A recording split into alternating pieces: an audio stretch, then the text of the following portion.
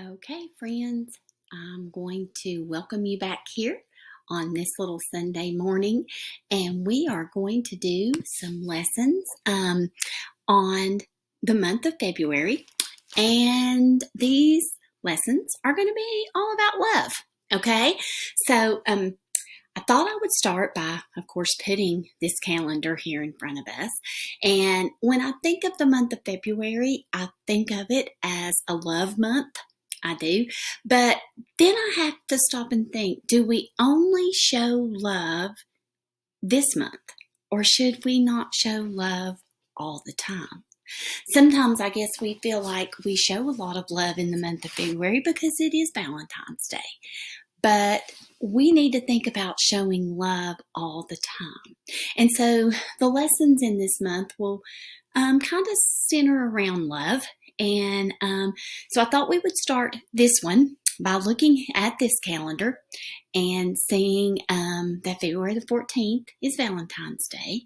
And I see that the month of February is known, of course, for Groundhog's Day, and it's known to only have 28 days in it. It's the shortest month of the year. And so I always tell my kids at school that if you like the month of February, you better enjoy it because it's the shortest one. You'll only be in it. You'll be in it the least amount of time throughout the year. But we celebrate Valentine's Day there at school. And of course, I celebrate it with Tim and I celebrate it with all my grandchildren. But I want you to kind of think about spreading the love that we share on Valentine's Day all the time. Okay, so let's look at this slide here. The big words in red say, of course not, when we answer the question, is this the only month that we show love? Of course not. We don't. We love all the time, not just the month of February, and not just on Valentine's Day, and not just who we want to love. Because God tells us in Matthew to love our neighbor as ourselves. Okay? Now, some of you may say, love your neighbor as yourself. What does that really mean? Well, it means that if you want to be loved, and feel loved, then you have to show love as well in order to feel it and have people show it back to you. You wouldn't want someone to be mean or ugly to you, and so you don't want to do it to someone else either. Okay, and when I look at these pictures here, I chose these pictures because, yes, the things that are here, like my family, and my church family and my church that I go to, my school family, my kiddos in my classroom and all my teacher friends that I work with and things like that, and even my pets. Yeah, they're easy to love. Now, I've got a little furry thing sitting right here. He's easy to love. Yep, he's soft, he's kind, he's sweet. He's got those beady little eyes looking at me right now, but he's easy to love. Things like that are easy to love. We do it every day, and we really don't have to try real hard to do it. But the Bible also tells us that we must love our enemies too, and that's the hard one. It is. That's the hard part of learning to love, is loving people who have done you wrong. Yeah. So as we go through this lesson, we're going to kind of concentrate on what you are like when you do love. We're going to discuss some of the characteristics of love. And then I have a little experiment at the end of this lesson to talk to you and maybe help show you how your love needs to spread and fill other people's hearts as well too. Okay? All right, so we'll move on from this slide with our little enemies down here at the bottom, remembering that we have to love them. Oh yeah. Okay. All right. It says in this lesson, we're going to explore what we are like without love. If we didn't have love, that can't be very pretty. No, it can't. When I think about this world with no love, I really start to worry, and I really start to wonder, what's going to happen to this world if we don't put some love back in it, right? So I decided to take the scriptures from, or my scripture from 1 Corinthians 13, 1 through 8 for this lesson, okay? Now, if you go to 1 Corinthians 13 and the first 8 verses, you're going to hear them here and maybe have them explained a little bit here. But you're also welcome to get a grown-up to read this with you afterwards if you need to. Miss Michelle did her best to copy and paste what I wanted to say in these slides, but it would not hurt if you wanted to go back and read it again. Okay, so when you begin at verse 1 in 1 Corinthians, you're going to see it starts out like this, okay? We're working from this box right here. Though I speak with the tongues of men and angels, and when I think about that, I think about having sweet words coming out of your mouth, being kind, singing beautiful praises, like the sound of angels. There's not anything that comes out of your mouth that's ugly or mean. It's all filled with love and kind words. Now, I have a picture here of some little children singing, but it doesn't just have to be singing, okay? Remember that. It's talking about the words that come out of your mouth. Speak with the tongues of men and angels, speaking eloquently and properly too. So when you do that, then it's a sweet sound. It is. But if you have no love, then I am sounding brass or tinkling cymbal. That's what you are. You are just a loud noise in the sight of our Lord. You're just a banging and a clattering and nothing pretty or inviting about it.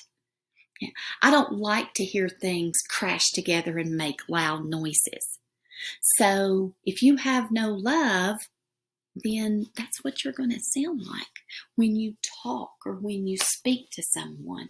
People's not going to want to hear that sound because that's not a very inviting sound at all. Yeah, true. So think about that as we read on through these scriptures, okay? Think about what you are with love and what you are not, okay? All right, so that first verse is talking about the way we speak and how we speak and what we say, okay? Let's go to the next verse and think about it. It said, though I have the gift of prophecy, and we've done several lessons on prophecy. If you know that's a message from God, that's right. Though I have that gift of having those messages, and I understand all mysteries with great knowledge, but I have no love, I am nothing.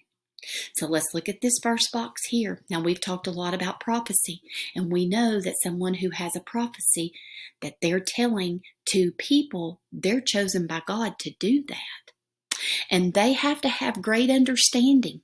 They have to know all the answers to all the mysteries in this world. And they have to have great knowledge and wisdom.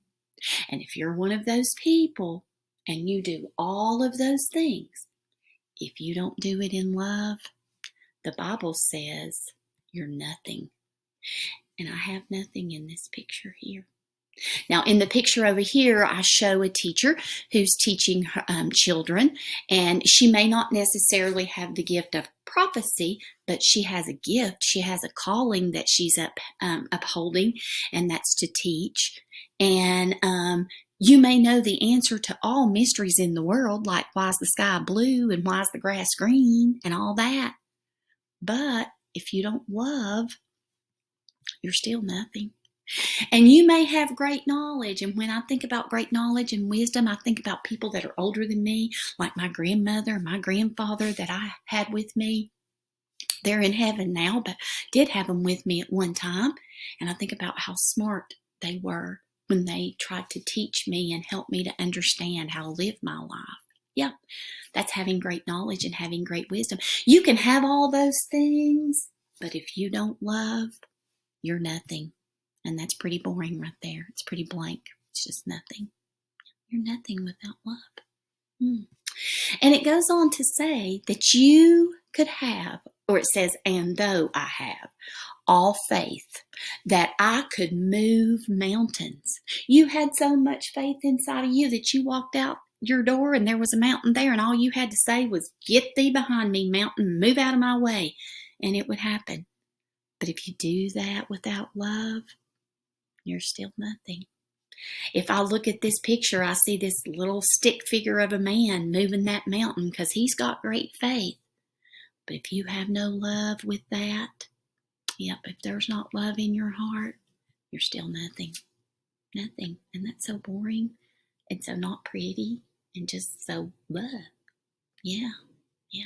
I don't see Jesus in any of that boring and not pretty and blah. Yeah, nothing. And it says, and though I bestow all of my goods to feed the poor, and if you help in every way you can, if you go to the food pantry, if you do food drives, if you help people in need like this right here, anytime you see a friend of yours that's suffering in need, you do the best that you can to help them. But if you don't have love and you don't love them, it profiteth you nothing.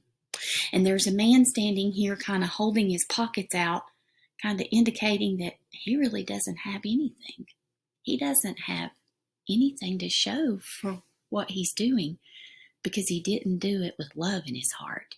He did it for other reasons, maybe for people to just see him and say, wow, isn't he just a great helper? And maybe that might be why some of you do things. You might want other people to think you're good or you're special.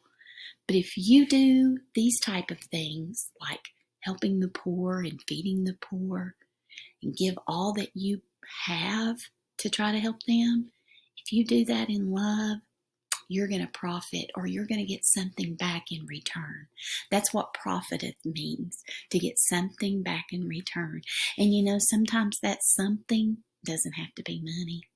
Sometimes it could just be a really, really, really good feeling in your heart knowing that you're blessed. Yeah, but you got to have love in your heart in order to have that. So the Bible tells us all these really good tasks or acts that we could do, but if we don't do them in love, it doesn't do us any good. Love has to be in our heart and the basis of why we're doing these things. We don't want to do it for self-gain, and we don't want to do it for everybody to look at us and say, woohoo, aren't you something special? We want them to see Jesus. Yeah, that's true. So the Bible tells us that we've got to have that love. Now, this slide goes on to finish Corinthians, the chapter of Corinthians out, all the way through verse 8. Okay? And it says, love suffereth long and is kind. Now, in the Bible, it uses the word charity for love. Miss Michelle has used charity in here from time to time. As we read through here, you're going to hear the word charity, but know that love and charity are the same thing. Okay? So when I start verse 4 back up here at the top, it says, love suffereth long and is kind. Charity envieth not. Well, love and charity are the same things. Love vaunteth not itself and is not puffed up. Now, when you're little, sometimes some of those words are a little bit hard to understand. But when it says love suffereth long, it means that love is very, very long-suffering and patient. If love has to suffer in the wrong in order to help someone or in order to make something better for someone else, then it's doing its job. And love does. Love is patient. It is kind. It is. It's not anything ugly and it's not anything mean. Okay? It envieth not, and that means it's not jealousy. If you have love in your heart, you cannot be mad and upset and jealous if your best friend gets a toy that's better than you. Yeah. So you're not envying or you're not jealous of them. Okay? Love vaulteth not itself and is not puffed up. This kind of goes with the slide that we just looked at about giving to the poor. Love is not going to exalt itself or make everyone look at it and say, oh, look how good I'm doing. And it's not going to get any sort of self-worth or making you yourself look better than someone else. Yeah, love doesn't do that. And so if you do things for that reason, then it's not really love. Yeah. It doth not behave itself unseemingly. That means it doesn't misbehave. It seeketh not her own and is not easily provoked and thinketh no evil. If you have love in your heart and you're doing your kind deeds out of love, you're not going to have any evil. You're not going to have anything in your heart that's unkind or wanting bad against someone else. It rejoiceth not in iniquity, but rejoiceth in truth. Iniquity is sin. So love doesn't get real happy and rejoice in the midst of sin. And it gets happy and rejoices when it hears the truth, when we know the truth. It beareth all things, believeth all things, hopeth all things, and endureth all things. Now that verse didn't say it beareth a few things, and it believeth some things, and it hopeth on one or two things, and it endureth no things. It said all, and all. Okay? Love never faileth, but whether there be prophecies, they shall fail. And whether there be tongues, they shall cease. And whether there be it's Michelle C. Whether there be, I don't know what that one, it shall vanish away. So what is behind my camera there, I cannot see, but it will vanish away. It will be gone. Now think about that. We talked a lot about prophecies, but if you prophesy and there's not love in your heart, what you're saying is not the truth and it's going to fail, right? Okay, so think about all these things that love is. Okay, it's all those things, all wrapped up, in your heart. Now, the characteristics of Christ-like love should flow out of us as we interact with each other. We should have so much love in our heart that it oozes out and spreads to everyone that we meet. I would like to do a little experiment that shows how our love should be spread. Remember this little experiment as you go throughout your day. Now, I did this little experiment in my kitchen, and I made a separate little video of it, but you can still get to it through my little lesson here today, okay?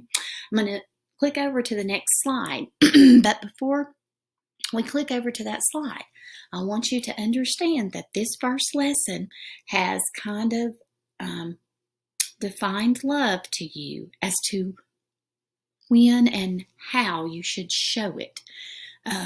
It's told you that if you decide to show what appears to be acts of love for an incorrect reason or for self-gain, you're really nothing, and you profiteth nothing. Nothing good is going to come from it if you don't have the love in your heart to do it, okay? Now, if you have that love, you're going to like it so much that you're going to want to give it away. And that's what this experiment is going to show you, how to give this love that you have away or spread this love throughout your day to all your friends. Okay, so I want you to watch the little experiment here. And at the end of the experiment, Miss Michelle does tell you that next week we will still be talking about love. We'll still be in the month of Valentine's. We'll still have a little lesson on love, okay? So tune in next week for that. So once this little experiment is finished, then your Sunday school lesson today will be finished as well too, okay? All right, so here we go. All right. Here, my littles, is my experiment. I did this on a separate little movie. Hopefully it will turn out correct like I want it to. In our lesson, we learned that we should spread God's love.